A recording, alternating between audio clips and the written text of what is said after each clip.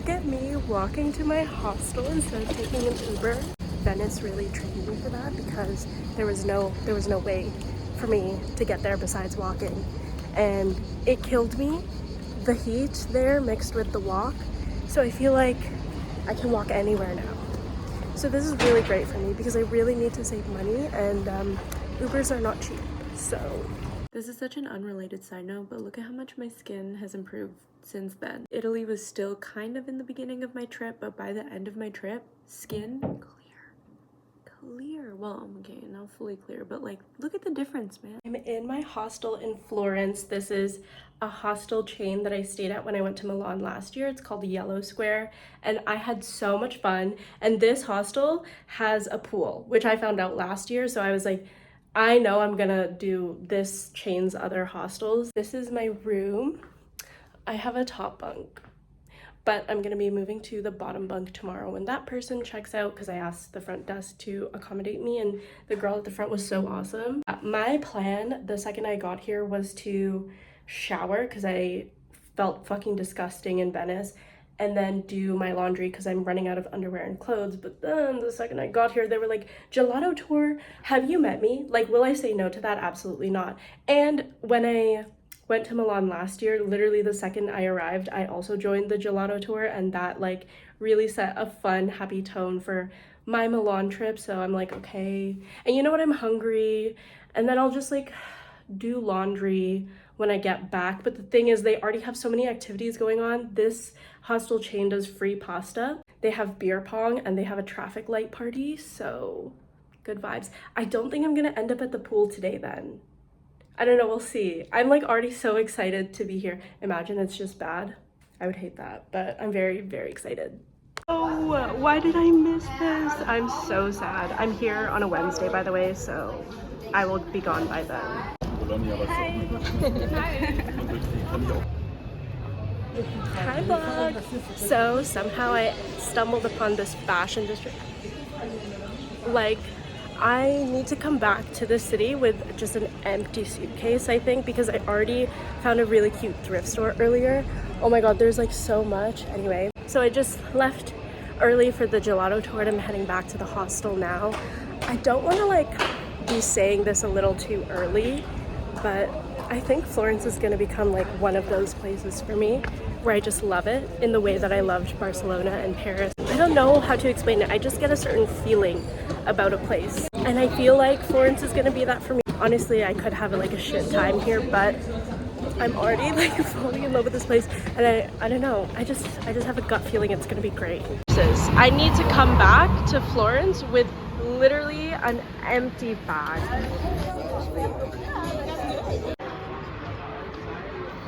I am living my best life right now. Look at this view. And then look at what yeah, I'm having a good time, and all the suffering I went through in Venice is like, it's just gone now. The reality of backpacking. I have been so overdue on laundry. I'm so happy I got to do it today.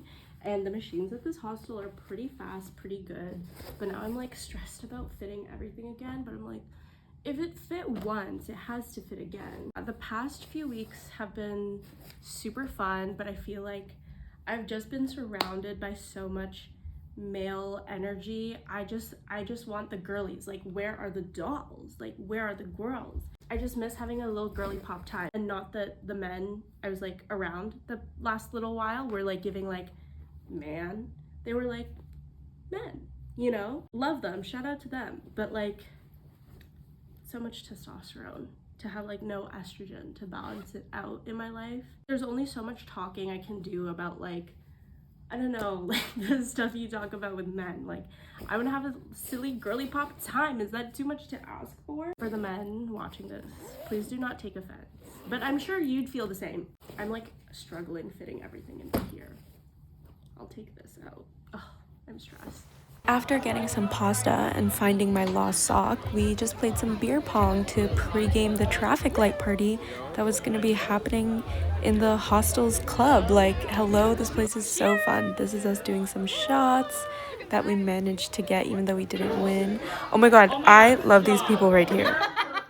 To illustrate the vibe of what this was like, imagine getting drunk with your high school English teachers, but like, I guess that only applies if you had a good high school experience. Like I personally loved almost all of my high school teachers, especially my English teachers, and that was this vibe because they are like high school teachers in New York. So like, you know, they're cool. They were just getting so lit, and I literally loved the entire vibe they were bringing because they were just like yapping away. And I was just there readily listening. They were such a vibe. Ready? Forget me, I'm gonna be really sad. Okay, ready? Guys, these are my friends, Kyle and Mari, and I believe in love, and they're getting married in 2 weeks, and they're my screensaver. I love that. Okay, it's gonna look pretty empty right now because not everyone was there yet. It just started, but this is pretty cute for just some club that's supposed to be just for the hostel, you know? Somehow I'm in the garage, and apparently it's a vibe. Why is that cute? Why is that giving cunt? Also, I need to do my hair like this more, but I suddenly need pictures in front of this. We're gonna film it like this so we can get the clap. Okay, buonasera. Buonasera, non parlo italiano, parlo inglese. You might have to come in more. Wait, in. say your names for the vlog. This is like My name is Maddie. I'm from Charlotte. Sydney. I'm from Brighton.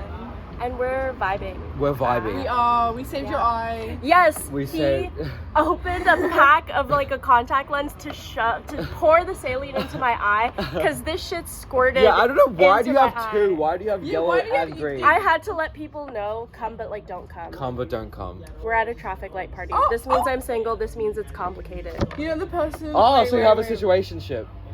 Like, no. You're the clarify. only person I've seen with red today. No. Everyone here has green or We yellow. were in like a big, like there's a big group of us. It was like maybe like 13, and I was like, why am I the only one red? Yeah. Targeted. Everyone here is. Okay, bye. Back inside. Okay. It's okay.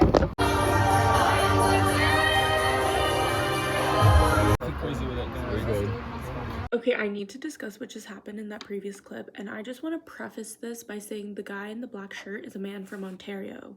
So you already know this is going to be a bit weird. So basically, the club night is over.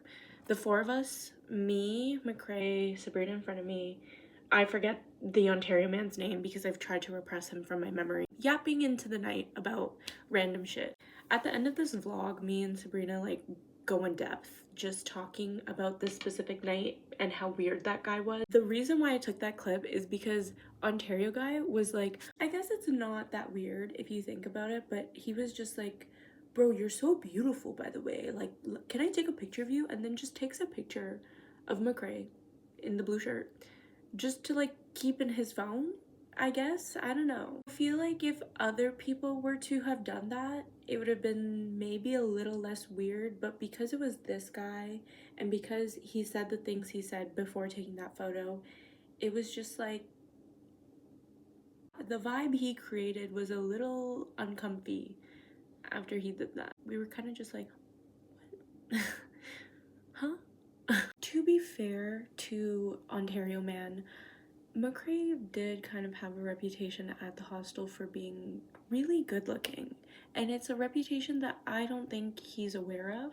A reputation in the sense that when he checked in, and this is the hostel staff like telling me what it was like when he checked in, like they all kind of clocked him, and then they all kind of knew of him because he was just that good looking, I guess. Also, like that night at the club, like I would be disappearing in the middle of the night from everybody to just run to the washroom and wash my eye out because the glow in the dark stick in my eye while I was wearing contacts, so it was horrible. So I would like keep experiencing the pain and stinging in my eye throughout random times of the night, so I would go wash it out, and every time I'd come back to the dance floor, I would literally see like another girl. It was a different girl every time, like approaching him. So I guess this makes Ontario man just another one of his fans, but he did it in a weird way, so. This is what the hostel looks like and where we were sitting last night, and this is the lobby. She's pretty cute, pretty spacious, so much seating and places to hang out with people. Oh my god, they have books that you can just take. I'm sure these are like other books that travelers have left behind that you can use and maybe leave at another hostel. And board games. Oh, what the fuck? That's the most beautiful church I've ever seen. So Florence was like one of the most influential places that was producing art, music, and culture during the Renaissance period, which is why all the famous works are kind of just centered in this area of Florence. Seeing stuff like this is why I'll never get tired of museums. Like, it's just so humbling to know that anything I do doesn't really matter, but it also contributes to something greater than myself. I don't know. This is one of the most beautiful museums I've ever been to because the view from outside alone and then getting to see everything you can see in here is actually insane. Like, just look at the intricacy of the work that's done here. Like, I feel like nobody produces stuff like this anymore, which is why I love museums so much, and just being able to see everything that humans were capable of doing for the sake of just making beauty and art, and now everything is fucking AI. I didn't know this was a thing, but this is probably one of my favorite rooms in this entire museum. And on top of how cool that is, look at this view. That's crazy. The way that visiting such historical, like deeply historical museums make me so emotional. I just got out of the elevator to see this. This is not even like a really famous work. Why am I emotional? Like, why am I on the verge of tears? I don't know how I'll be when I see the birth of Venus. And the fact that you get to see the Ponte Vecchio from here, wow.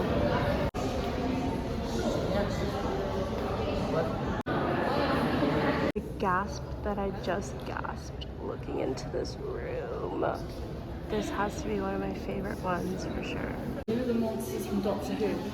Yes, that's exactly what it looks like. I love little paintings like this, like paintings of other paintings in galleries. Like, I've seen this, that one, that one, that one, all life-size in person. And they're just in a little painting here. Cute. You guys know I don't fuck with religion, but stuff like this always makes me a little choked up. I want like a painting of me like this, in this style. Like, I want someone to put hours of laborious work into it, and I want it to be me. No, they can take a picture and work off of that. I love modern technology, but I want a painting like that.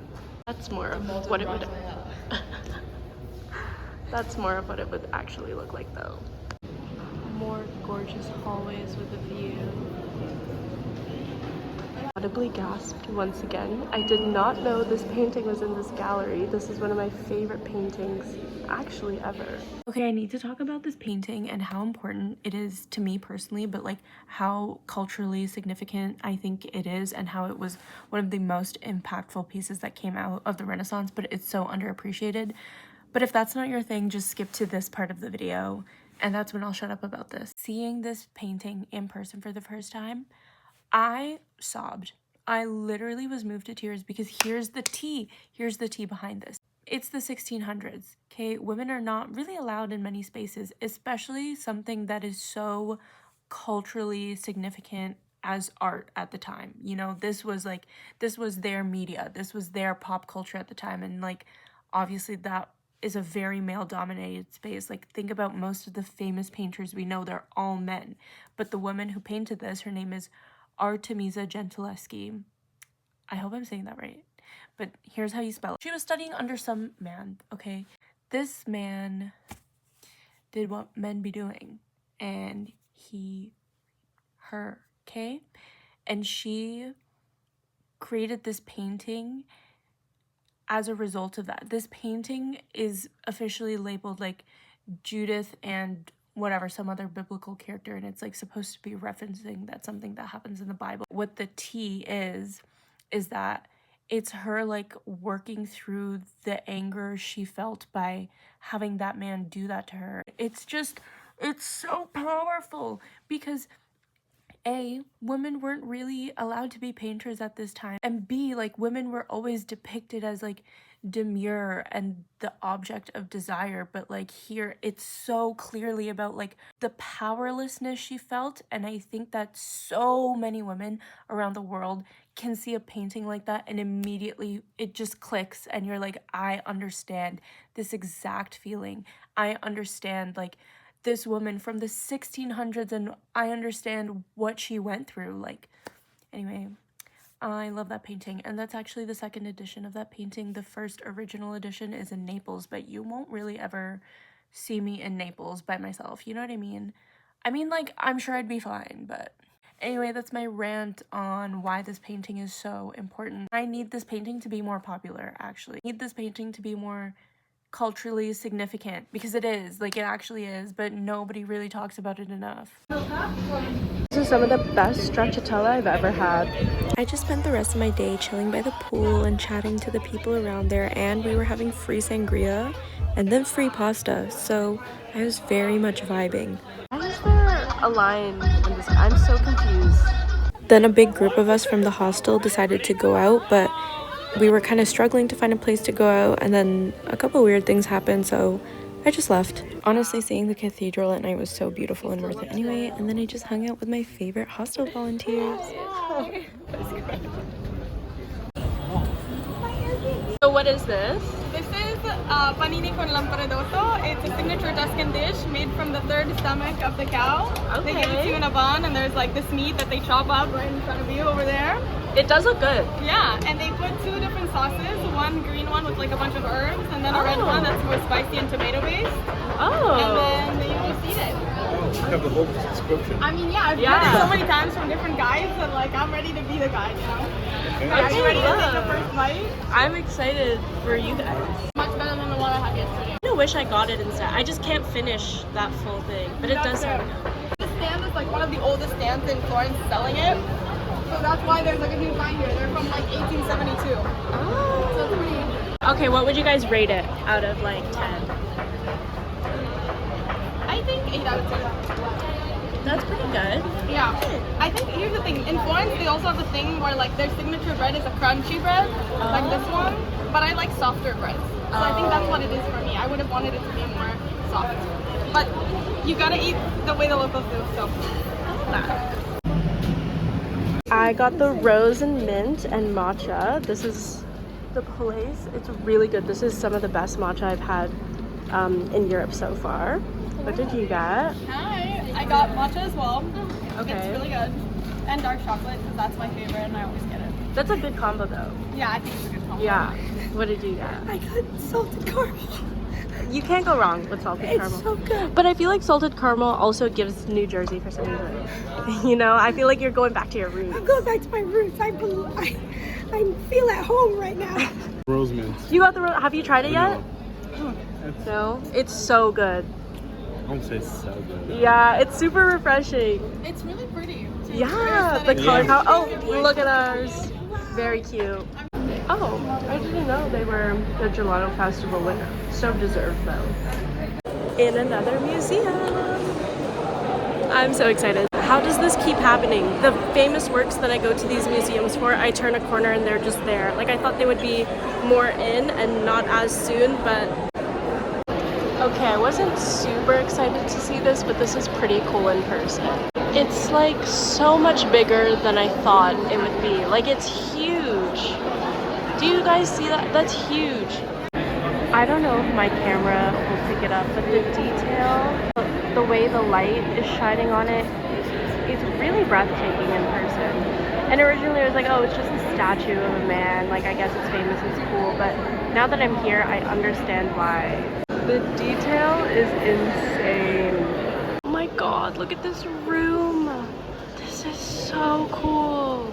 Okay, thoughts on making that my new headboard in my new bedroom. What do you guys think? I think it'll be a cheap little IKEA DIY. Wait, this one is so much cuter. Okay guys, that museum was way smaller than I expected. You could literally finish it in 30 minutes, but seeing the David was pretty worth it. I also bought the EU citizen ticket that cost me only €6 instead of having to pay for 16 for a regular ticket. They asked for a passport at one point, but then at one point I did end up just getting through. So love that for me because I spent so much fucking money on the Uffizi yesterday, so that was rough, but I'm gonna go get my nails done now. Just got my nails done. Another stupid expense for backpacking. Why am I doing this? It's super basic, but I need something that's gonna go with like all the clothes I have in my backpack. Also, this is where my little hostel room was tucked into. It was this small courtyard, and that balcony up there is where they host like morning yoga classes. So yeah, I feel like I haven't been a good traveler. I mean, what's a good traveler? But I feel like I've been less than average one in Florence because I have barely done any sightseeing. I'm not naked, by the way. I haven't really done much sightseeing, but I did do 2 museums. I feel like that's enough. I saw the Ponte Vecchio from afar. That's good enough for me. Say hi. Hey. Just chilling by the really cool staircase. This night was karaoke night and everyone was getting up to sing, so obviously you know what I had to do. I know this song is like almost anti-feminist, but I still love the girls, okay?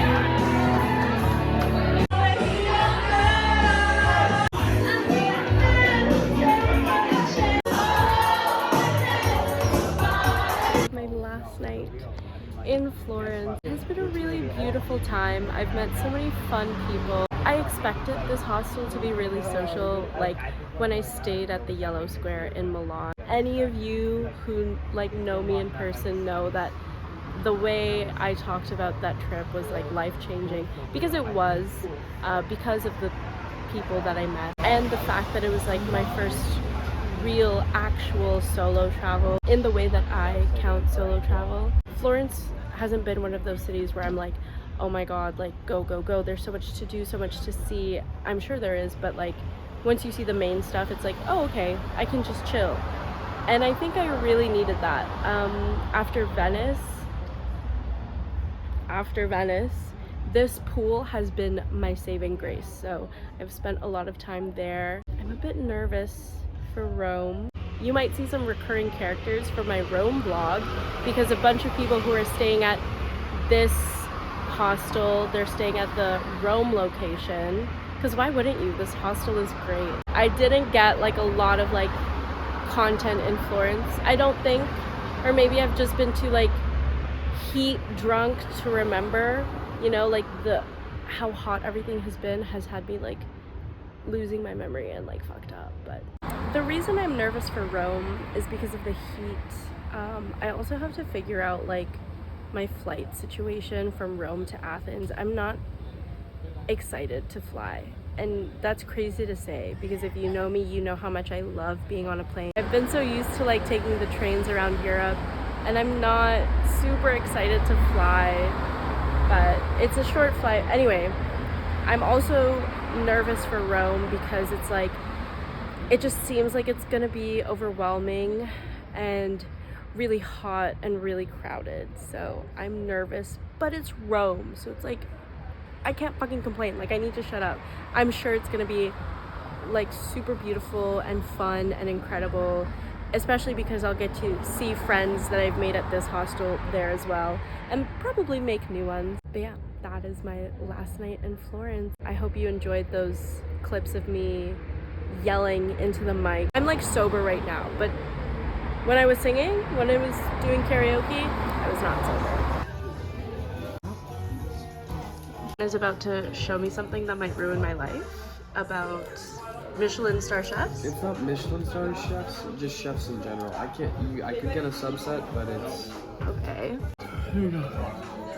Oh, I'm not trying to marry a chef. Oh, okay, then it doesn't matter. Yeah, you're... I don't even know if I want to get married, so I want to date a chef for a little bit, you know? Oh, yeah, they're great for that. Yeah, because I know firefighters are on that list as well, and that wouldn't stop me from dating a firefighter. Okay, yeah, then you're fine.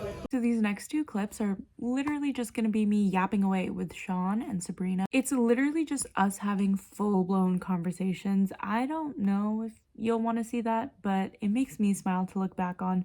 Also, me and Sabrina spilled some fucking tea. It's the tea I was talking about earlier. So they're just gonna make this vlog longer. Enjoy us yapping, I guess. Hi, my name is Sean. You might have to speak a little. I'm gonna have to speak a lot louder. Okay. Yeah. How long are you traveling for? Who knows? That's the way to do it. Yeah. Yeah, relatable. Okay, but what did you think of the The museum. With David. Yeah, with the David. Oh, I love David. And me over-explaining all of the fucking... Yeah, that was annoying, really, I'm sorry. No, that was really nice because your explanation was able to help me learn a lot more about the space. Yeah, because I didn't know anything about the nails at all. Oh, the nails. Yes, Yeah. the nails in sculptures and stuff is how they get it proportionally correct. But what did you think of the David?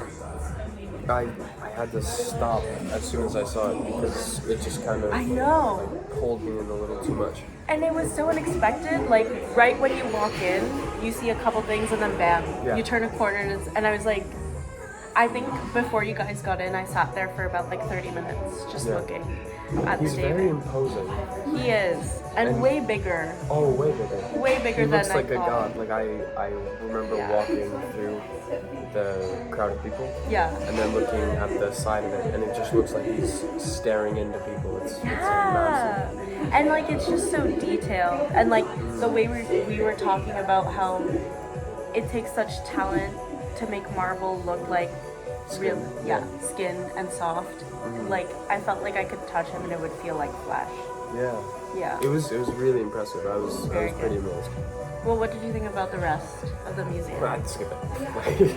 Yeah. It was fine. It was fine. There was cool stuff, but it was way smaller than I thought it would be. And then I read the little blurb. It was the only blurb that I read, and it was. But none of the blurbs were like that good. That one was good. Really? Yeah, because I was like, there's like a weight to it, and I felt like it was Okay. like a fight, and the blurb proved it. So I was like, oh, okay. I was right in my guess. I feel like like all the blurbs I've seen from yesterday's museum and the Ufotzi could contribute so much more to the beautiful meaning behind the art that they're That's true. charging people to see. Yeah. It was all like, all the blurbs were like, it was by this person, made on this date, and they were the apprentice of this person. Like, who And they went to cares? this guy, and then Like- this guy owned it, and now it's here now. It was dumb. It was dumb. Yeah. Overall review of what did you think about the hostel? I really like this hostel. I think it's a pretty great hostel. There's a pool. You've met way more people than me. I loved the people I met so many people, and I loved so many of them. Yeah. But I think it was very dependent on the activities. Like some of the activities were really phenomenal, and then other ones I really hated a lot. Okay, which were the good ones and which were the bad ones to you? The cooking class was great. I wish I did The it. cooking class was very. I really wish fantastic. I did it. Discotheque was like kind of not all the music I would have wanted to hear. That Last was good. night, or- No, the karaoke was shit. I didn't like the karaoke till like the very end when it was like everyone was singing and like really getting into it, and there was a smaller crowd. Like I really liked it. I wish I stayed. I think I might have turned in early. Because it was like it started like it was kind of awkward. Like Yeah, felt like I mean, forever. karaoke is always a little like that. But then you just like get someone who gets up on the stage to deliver a performance, not to sing well, and then you're like- everyone starts having Yeah, fun. I would rate the hostel like 4.5 out of 4. I thought you were about to say 4.5 out of 10. No, well, it was no, you know what? It was a 3.5. Like it was good. Okay, The people were great. The stories were good. Like I would rate this place 8 out of 10. it's too clean for me. I want a grosser hostel. I want never a little, heard I want a anyone- little more. You know? Never heard anyone say that. Go to the one I stayed at in Venice. Done. It was the worst experience of my life. We hate men. I'd like to clarify that me saying that right after Sean's clip has nothing to do with Sean. We love Sean. But one in specific that we hung out, he kind of just joined. He kind of just showed up. Yeah, and then sat next to me. Yeah. For context, this man is from Hamilton, Ontario. That says enough for the people who know. Did he like hit on you like before us talking? I think so, yeah. At the pool, he was just trying it on with me. But it was quite subtle. And I didn't think anything of him. Yeah. Yeah, like he was just like, he seemed very normal. Yeah, until he started, we were all talking about like heartbreak and exes and past relationships. And the first thing out of his mouth when he starts talking about his heartbreak is like, yeah, I fell in love with this girl. She was half Korean. Half white. To mention her her race off the bat. Like, no one asked. No, none of us one- mentioned the race. No, it was giving weird. It was giving fetishizing, and Like, I think me and you immediately looked yeah, at we each other. we were like, dot dot dot. So all of us, I think, when we were mentioning our stories, they're all a bit embarrassing. Well, yours wasn't embarrassing. Yours was completely normal, I think. I guess so. It Yeah. was just a little sad. Yeah. Mine was a bit embarrassing. No, I don't think so. I think that's like the epitome of like being 18 and 19 and transitioning into like womanhood. Like Yeah. those are the experiences you should be having. Yeah, you know? exactly. Yeah. So everyone was just mentioning fairly like normal stories, and then he's mentioned his story was just completely unhinged, and it was all his fault. It was so embarrassing. Like you couldn't waterboard the information out of me that he gave us so freely. Yeah, right off the bat, he's like, I fell in love with this girl. She was half white, half Korean, and like I was quite drunk, so I only remember the key moments where I was just like, what the fuck is wrong with you? But essentially, I think right off the bat, she did not want a relationship with Yeah, him. and she told him this, and but he still went into it knowing all of this. Yeah, So yeah. and I think she wanted to move to Korea to study. Yeah, and she like already had this plan like before they met. I think they met on a dating app. Yeah, I can't remember. They just yeah. Anyway, they kept going for this like whole situationship for a while. She moves to Korea. She meets a, to quote him, really hot Swiss guy, and then he sees a picture of them, and he tells us, strangers that he just met, that he begged her to not have sex with him, otherwise it would break him. And she said, I can't promise that. Like, she was like, maybe. And I think she still did it anyways, didn't she? I think they ended up dating. Yeah, they ended up dating. And then he finishes that story off with, yeah, I have a girlfriend now, but like it'll never be the way it was with that first girl, which is insane to say. But it gets worse because then the conversation we had after. I'm not entirely, I think we were talking about institutions and how institutions still benefit from slavery Yes, and that colonialism. We're talking about our universities, Yes. like, still benefiting from it, because we were talking about the encampment. Also, Miss Batty goes to Cambridge for long. Okay. Yeah. And Cambridge has been quite active with the encampments, and you've also got friends who are really, really engaged. So it must have also pissed you off too when he started. I was like sick to myself. I was like, he was basically like trying to justify like colonialism from such a slavery from such a brain dead way of like, but humans have always done this. It's in our human nature to do stuff like this. Yeah, and just went at it from a perspective of this is human nature, so Yeah. therefore. And he kept saying, I'm not justifying it, I'm just saying it's human nature. But by saying But it's like human you're nature. justifying. Yeah. And then, I don't know if you remember this part, but there was this part where it's like, well, all humans want to do is like conquer and have power. And McCrae was like, I think that says more about you, bro. Yeah, Which no. is so true. No, and like, honestly, it was just red flag after red flag. And like, obviously his arguments were just very, very easy to debunk. But eventually, I think this is the biggest red flag. Like, he was like, oh, he just assumed I was Muslim. Because Yeah. I'm from Afghanistan. Yeah. He did make so many assumptions like on you, and for context, he's like 27. He tried to make himself seem like he was so much smarter than you And wise. and like almost tried to make you seem naive in the way you thought, and that even though like not only are you just plainly smarter than him, like you factually are. Miss Girl goes to Cambridge, what the fuck did he do? It's just basically being brain dead. And you were also very like, I was like, I'm not gonna talk. It was also 2 a.m. Yeah. And we were sitting it was out there. 2 a.m. and I was just like, I'm on vacation, why do I need to argue with you about colonialism? Like that was actually wild. Yeah. No, but she was so reasoned and you were so kind, and I wish I was too drunk to not be angry. But it's like such an angering thing to have to deal with, especially with like dealing with the kind of people I'm sure you have to deal with in school. Yeah. Yeah. And like, you're from the Philippines, so I can understand Yeah. that must have been so personal. And here's the wildest thing, he's from Syria. He's Syrian. Yeah. So I'm like, why are you justifying colonial? Did you see him try to touch my hand as well?